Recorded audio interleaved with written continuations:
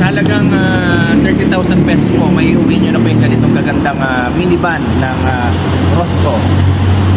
Sa ngayon po, titingnan po natin yung loob ng minivan ng Rosco. Ito na po, titingnan na po natin yung loob ng itong minivan ng Rosco. Maganda na po pala yung seat niya. Naka leather.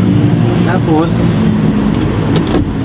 naka air condition, naka aircon na po ito. Tapos yung power steering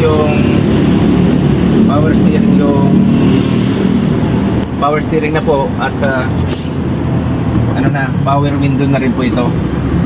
Kaya maganda na po ito. Sa halagang 30,000, may uwi nyo na po itong ganitong kagandang unit. Pwede ito po. Ganda po ito pang service. Maganda po. Salamat po. For inquiry po pala, bali pwede nyo pong i-message ang kanilang FB page, Rosco Naga